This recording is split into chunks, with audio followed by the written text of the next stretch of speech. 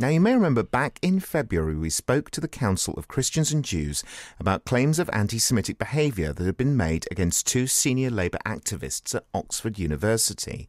Well, now some MPs and activists are saying they want to change the rules to make it easier to ban those accused of anti-Semitism from the Labour Party for life. It comes after a Labour councillor was suspended pending an inquiry for using social media to claim that Hitler was the greatest man in history and that Iran could use nuclear weapons to wipe Israel off the map. Labour leader Jeremy Corbyn says the party is resolute in tackling the problem. Here's what he told BBC Radio Norfolk on a recent visit to Norwich. Anti-Semitism is vile and wrong, as is any form of racism whatsoever. If anyone reports any anti-Semitism, any kind of racism, any sort to me within our party, it's investigated immediately and cracked down upon. That message is absolutely unequivocal and I hope very, very clear. There is no tolerance whatsoever of any racism anywhere in our society. We are a multi-faith, multicultural Britain. Let's be proud of that. Let's respect each other's faith, respect each other's ethnicity and move on from there. Jonathan Sacerdoti is from the Campaign Against Antisemitism. Good morning, Jonathan. Good morning, Anthony. Very strong words from the Labour leader, Jeremy Corbyn, saying that antisemitism has no place. But clearly, as we've been finding out, there are some who, just below the surface, have antisemitism in their hearts. Well, strong words, but what people are now calling for is strong actions as well. And that's not just people from organisations like my own, the Campaign Against Antisemitism, but also those within the Labour Party itself, including Lord Levy, Louise Ellman MP, Wes Streeting MP, who you heard recently calling for change in the rules in the Labour Party's own regulations so that these people can not just be suspended and investigated, as Mr Corbyn has been doing, but can actually be expelled and permanently excluded for the party for acts of Jew hatred in the future. So you think that the regulations need to go even further than simple suspension? Obviously, it's good and positive when a party has a commitment to dealing with anti-Semitism that they find within their ranks, but that only goes so far. If people are readmitted later on down the line, for example in the case of Jerry Downing or Vicky Kirby, both of whom had recent controversies also about their anti-Semitic views from within the Labour Party, then things are less positive in terms of dealing with the racism problem.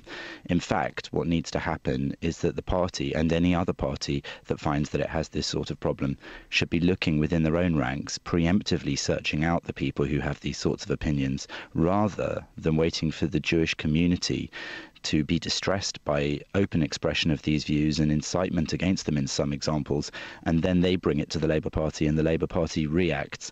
Any party that's serious about dealing with Jew hatred ought to be preemptively looking for it and rooting it out from the word go. When we spoke to the Council of Christians and Jews on a couple of Sunday breakfasts ago, we were talking about the great difficulty in that some are very, very clear on their views and they hold them.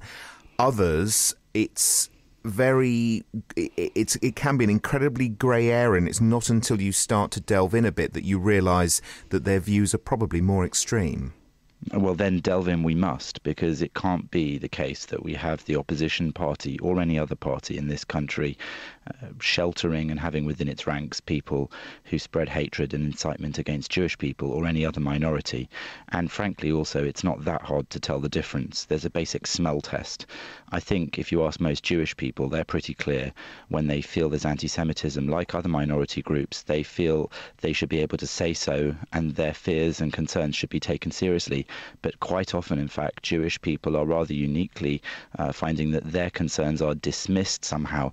The case of the Labour Party Students' Club in Oxford University is a good example, because the outgoing chairman of that, Alex Chalmers, who resigned because of what he said was some sort of problem with Jews among many of the students in the club, he commented that in fact when people were saying there was a problem with anti-Semitism, most accusations of anti-Semitism were dismissed as Zionists crying wolf.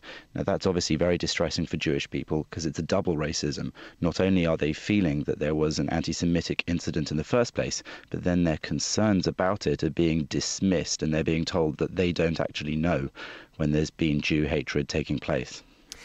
The Labour leader has come under criticism for his past remarks on groups like Hamas from several sides. What are your thoughts on that?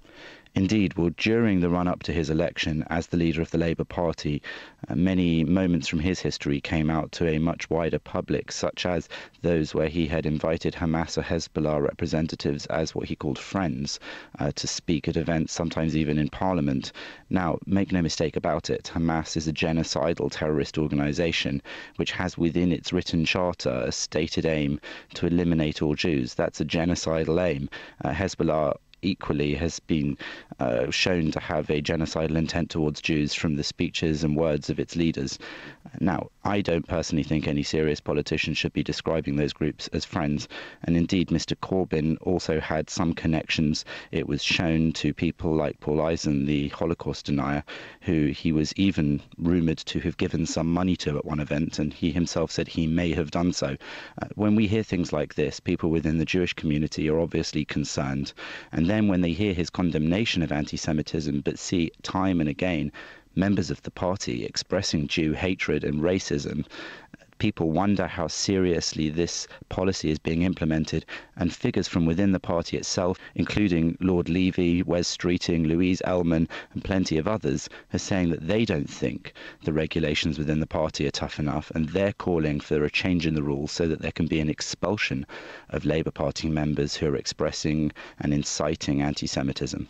Jonathan Sacerdoti from the Campaign Against Antisemitism, thank you for joining me this morning. Now, on the various accusations which have been made in recent months, a Labour spokesperson said the Labour Party takes all allegations of anti-Semitism, racism, bullying, intimidation and candidate misconduct very seriously. Baroness Jan Royle is currently leading an investigation into the conduct of individual young Labour Party members. Baroness Royle will consider all allegations and all relevant evidence.